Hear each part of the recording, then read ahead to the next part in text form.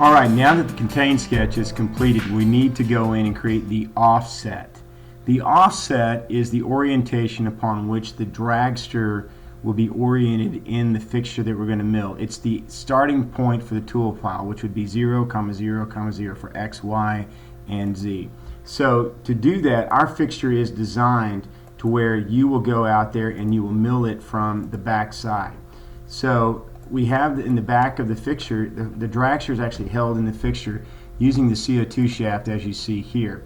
And we'll have a rod that goes in there, and the actual tool path starts from the very center of that shaft.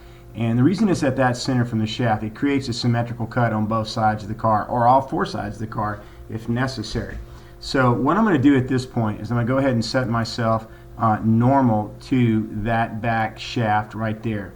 Now once I'm normal to that, I'm going to go ahead and do a Control B real quick, and I'm going to go and I'm going to create a new sketch. So let's go down to the bottom of our feature manager. We have contain here. We're going to go and say pull this pull down and create a new sketch, and it says select a plane, a planar face, or an edge. Well, we're going to use the planar face, which is the very back of that CO2 chamber right there.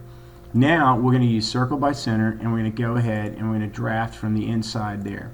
Now I kind of like to create a size that it makes sense to me, so I'm going to go ahead and key in a size of let's say 0.375, which is 3/8 of an inch, and I'll put that in there. So there is my circle. It's at 3/8 of an inch. Now for a complex tree like the one we're creating, this feature tree is getting pretty complex, I rename my sketch as you see right here. So I'll double click on that, and it should allow me, I click on it once actually, and I'm going to go in and create the word offset. This particular feature, this circle that we're going to use, will be used in creating all of our toolpaths. So I'll go ahead and hit enter for that, and as always, rebuild and save. So we've got the offset sketch in there.